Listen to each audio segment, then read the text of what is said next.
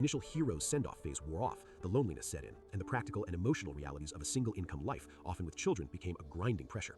The social backdrop of the late 60s, rising sexual liberation, shifting norms, both provided opportunity and justification. One declassified memo from a sociologist working with the Army, later stamped not for distribution, noted with chilling dryness, "The data indicates a partner's fidelity is often a function of temporal proximity and social opportunity. The waiting wife construct shows significant decay after the 220-day mark, absent constant reinforcement." Second, the economic determinant. This was the most coldly logical, and for the men, the most soul-crushing finding. The researchers, by analyzing zip codes and spouse occupations, found that the statistical likelihood of a marriage surviving a tour intact was not primarily tied to the length of the marriage, the number of children, or even professed religiosity. The strongest predictor was the wife's degree of financial dependency. Wives with stable, well-paying jobs or independent means before deployment showed a markedly higher rate of marital dissolution during the tour. The reports tiptoed around the language, but the implication was clear. Financial autonomy enabled exit. The woman who needed her husband's military paycheck to survive was far more likely to be there when he returned, regardless of her feelings. The woman who had her own resources was statistically more likely to act on her dissatisfaction or desire. This wasn't about love or vows in the abstract, it was about practical leverage.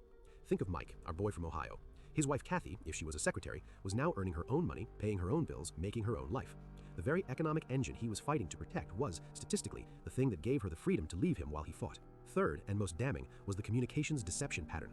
The surveys included questions about the content and tone of letters from home. Men were asked to rate their wives' letters as supportive, neutral, or troubling. Researchers then, in a separate and highly confidential follow-up study, managed to interview a subset of wives whose husbands were deployed. They compared the wives' reported feelings and activities with the sentiment expressed in their letters. The disconnect was systematic and profound. Wives who confessed to local researchers feelings of deep estrangement, new romantic entanglements, or plans to separate were, in over 70% of cases, still sending letters described as supportive and loving. The letters were not a window into the home front, they were a curtain. They were a psychological management tool, often driven by guilt, pity, or a desire to avoid causing unnecessary stress to a man in a combat zone. In essence, the men were being emotionally managed with misinformation. Mike, reading Kathy's cheerful letters about her pottery class, is being placated, not communicated with. The data painted a picture of a massive, unconscious conspiracy of silence, where the truth was the last thing sent to the front. So what happened when these three data streams, the infidelity spike, the economic determinant, and the communications deception, were compiled into a final report? According to archived correspondence between the Pentagon's Office of the Secretary of Defense and the research firm, a senior official deemed the full conclusions non-actionable and needlessly incendiary. The final published version